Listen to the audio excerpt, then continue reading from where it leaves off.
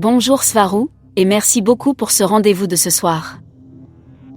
Merci d'être ici avec moi. Pour démarrer, pourrais-tu s'il te plaît, nous dire plus précisément qui vous êtes ?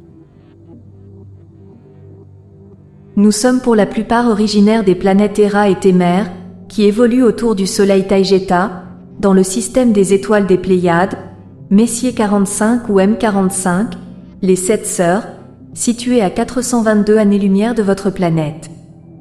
Nous sommes une équipe de près de 18 000 Taygétiens répartis dans plusieurs vaisseaux.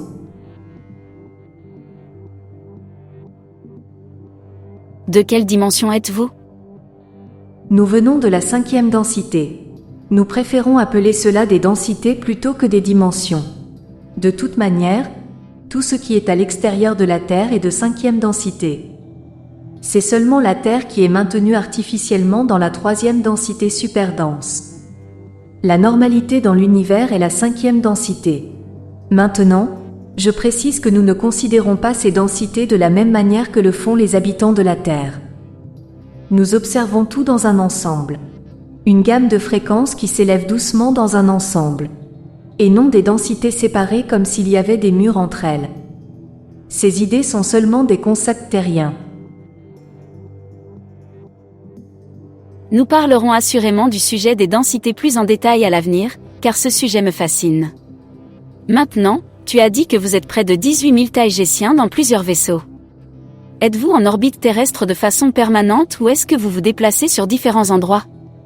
Et à quelle distance êtes-vous stationné de la Terre ? Les vaisseaux sont placés à diverses altitudes en orbite, en fonction de la tâche individuelle de chaque vaisseau. Celui où je suis est à 490 000 km de la Terre. Les plus gros sont en position stationnaire la plupart du temps.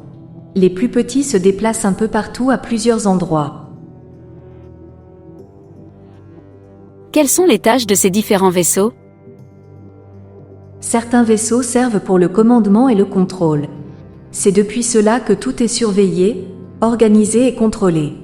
Le leadership se trouve dans ces vaisseaux. Il y en a 2 et je suis dans l'un des 2. D'autres vaisseaux sont chargés de s'occuper du bon déroulement du blocus. Un autre est un vaisseau scientifique. Et il y a aussi plusieurs vaisseaux plus petits et agiles pour effectuer de multiples tâches. Enfin, il y a les plus nombreux qui sont les navettes, pour aller et venir depuis les vaisseaux. Ces dernières sont pour la plupart discoïdales ou en forme de boîte. Pourrais-tu développer un peu plus le sujet des vaisseaux qui s'occupent du bon déroulement du blocus ? Nous empêchons que des vaisseaux sortent de la Terre ou se dirigent vers elle sans motif clair pour le faire. Cette mesure a pour but d'éviter que des forces hostiles n'entrent et ne renforcent les entités négatives sur Terre. Le but est aussi d'empêcher que ces forces négatives n'enlèvent des gens sur Terre pour les vendre comme esclaves ou comme viande à consommer, sur plusieurs places de marché noir, plus particulièrement sur Orion et Zeta Reticuli. Le blocus est maintenu en place principalement par 3 races. Les Taygétiens pour le commandement et le contrôle, les Alphraciens de Alpha Centauri et les Antariens de Antares. Je voudrais demander 2 choses. Est-ce que les plus petits vaisseaux en mouvement sont ceux que nous pouvons voir la plupart du temps depuis la Terre et que nous appelons ovnis ? Peut-être certains d'entre eux ? Oui. Et aussi tu dis que vous surveillez les vaisseaux qui arrivent sur Terre et en repartent. Bon, c'est probablement un autre sujet, mais que se passe-t-il avec les vaisseaux des programmes spatiaux secrets ? Ont-ils quitté la Terre comme ils le disent ? Sont-ils passés par votre blocus ? Il y a beaucoup de vaisseaux des PSS, programmes spatiaux secrets. Certains d'entre eux sont sur des zones comme la S4 de la zone 51. Mais la majorité des grands vaisseaux se trouvent sur la Lune et sous le contrôle de la Fédération galactique. Les programmes spatiaux secrets ont perdu tous leurs gros vaisseaux. Est-ce que cela veut dire qu'à un certain moment ils ont pu quitter l'orbite terrestre ? Oui, ils l'ont fait, dans les années 1960 jusqu'en 2008, année durant laquelle Asket de Témer les a tous mis KO dans une bataille spatiale, où elle et sa flotte les ont tous capturés. Ok. Tu as dit que vous bloquiez des vaisseaux quittant la Terre. Quels vaisseaux quittent la Terre ? Ceux des programmes spatiaux secrets ? Certains sont des vaisseaux qui appartiennent encore aux programmes spatiaux secrets. D'autres appartiennent aux reptiliens ou aux grands blancs, Malakak, ou aux grands gris maïtrés. Il y a beaucoup de trafic ici. Ok, laissons de côté le sujet des PSS pour un autre jour, car c'est également un sujet très important. Tu as dit que tout ce qui est autour de la Terre est de 5e densité. Vos vaisseaux sont-ils aussi dans la 5e densité, même quand ils sont proches de la Terre? Tout ce qui est à l'extérieur de la Terre est dans la 5e densité. À quelle distance de la Terre commence la 5e densité? La ceinture de Van Allen marque la frontière. Comment pouvons-nous voir ces vaisseaux s'ils sont dans la 5e densité? Peut-être parce qu'ils sont en dessous de la ceinture de Van Allen? Ici j'ai un problème pour les décrire. Ce sont des vaisseaux de combat et j'ai du mal à les appeler ainsi car ça donne une connotation très belligérante. Et oui, beaucoup d'entre eux naviguent en dessous de la ceinture de Van Allen, de nombreux autres ont atterri et sont à la surface de la Terre, et d'autres volent en orbite basse. Et il y a toutes les autres variantes au milieu. Quand les ufologues disent qu'ils ont vu un vaisseau de plasma, ou vaisseau de lumière, ce n'est pas le vaisseau lui-même qu'ils voient. C'est l'ionisation qui se produit dans l'atmosphère quand la présence du moteur d'un vaisseau spatial chauffe et ionise les molécules de l'air. En résumé, ce qu'ils voient c'est le pot d'échappement du vaisseau. Ça c'est un satellite chevalier noir. Il y en a 19 des comme ça. Ce sont des vaisseaux de combat alphaciens, de Alpha Centauri, de classe L. Ils restent en orbite terrestre basse, regardant vers le bas, comme un oiseau de proie le bec tourné vers la Terre, guettant des vaisseaux de la Kabbale, reptiliens et autres vaisseaux négatifs. Y a-t-il ici d'autres personnes venant de divers endroits des Pléiades? Ou viennent-elles principalement des planètes que tu as mentionnées? Principalement oui, mais elles ne viennent pas toutes en s'incarnant. La plupart viennent sur Terre en utilisant la technologie d'immersion totale. Elles font la même chose que nous, mais à leur façon. Cependant, nous devons tous suivre les mêmes règles. Qu'est-ce que la technologie d'immersion? Une réalité virtuelle informatique dans laquelle tu pirates la matrice digitale qui contrôle la Terre. Tu apparais et fonctionnes comme un humain alors que tu ne l'es pas. Tu entres de cette façon sur Terre pour une mission ou un objectif précis. Waouh! Un jour j'aimerais vraiment en découvrir davantage au sujet de ce programme d'immersion. Et sinon, vous êtes des êtres biologiques d'aspect humain?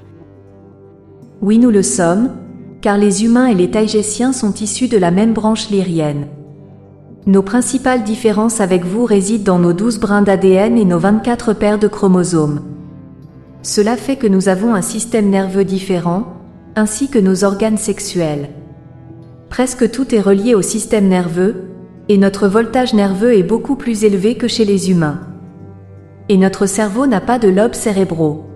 Il n'y a pas de cerveau gauche et droit, c'est une masse unifiée.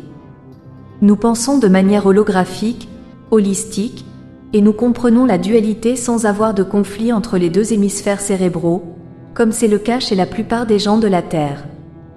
Par ailleurs, nous voyons dans l'obscurité comme font les chats, et cela est également dû à une meilleure performance de notre système nerveux. Et tous nos sens sont très développés. Nous nous fatiguons à peine quand nous courons car notre temps de récupération est beaucoup plus rapide.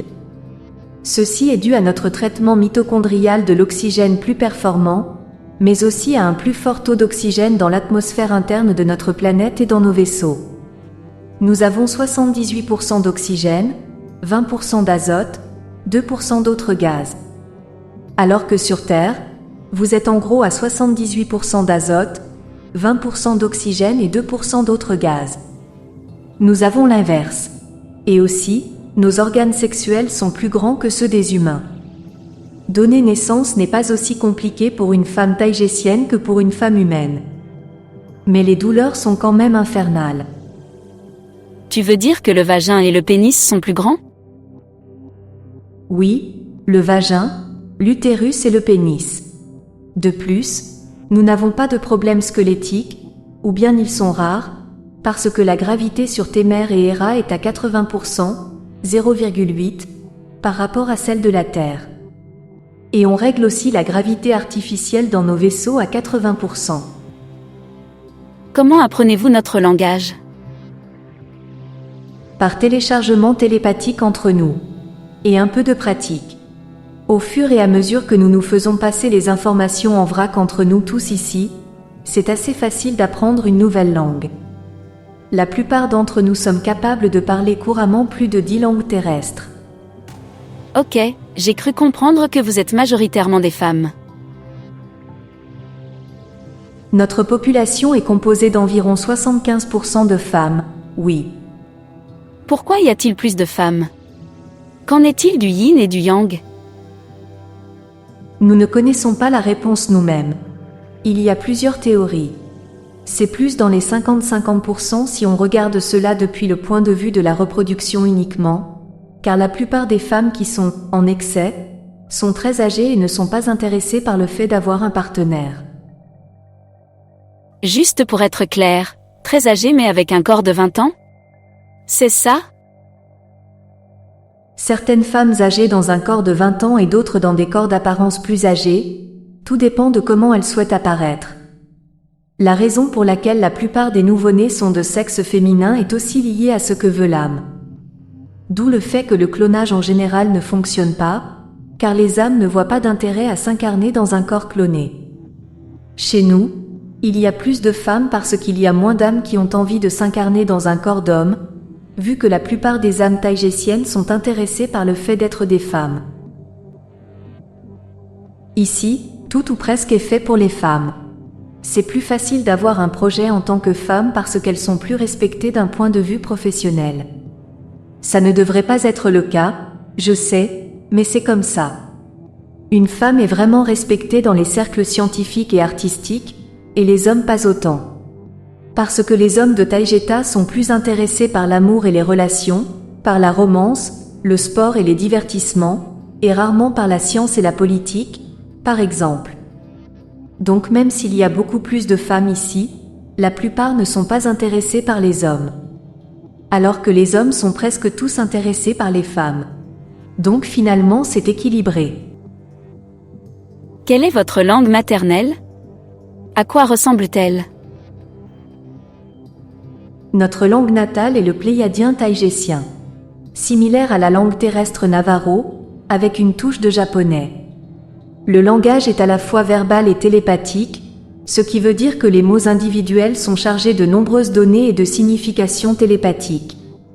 Chaque mot est un véhicule pour la charge télépathique. Nous parlons avec notre bouche comme vous le faites, mais pendant que nous parlons, nous chargeons aussi nos mots de détail. Ainsi, chaque mot transmet près de 1000% de données supplémentaires que le fait un langage terrestre normal avec des phrases entières. Waouh! D'ailleurs, j'adore les langues natives américaines.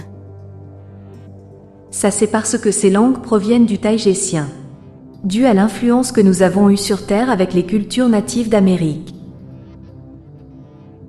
Je comprends. Est-ce qu'on peut dire que vous venez de notre futur? Car certains contactés affirment qu'ils le sont par des êtres du futur.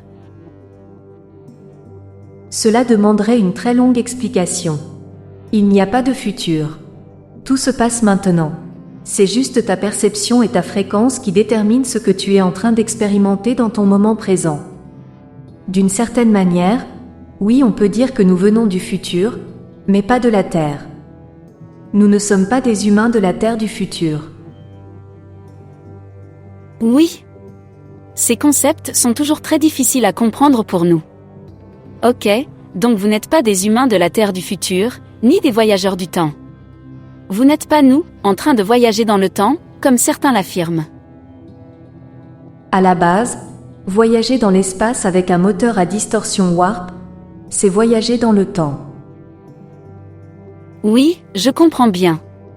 Ce que je veux dire, c'est que vous n'êtes pas des gens de la Terre qui ont des centaines d'années d'avance sur nous et qui sont revenus dans le passé, n'est-ce pas? Exactement, nous ne sommes pas cela. Notre race et la vôtre sont parentes et toutes deux d'ascendance lyrienne.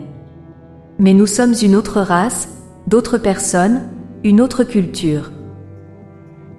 Les Taïgésiens et les humains de la Terre sont originaires de la Lyre? Oui, comme d'innombrables autres civilisations de type humain.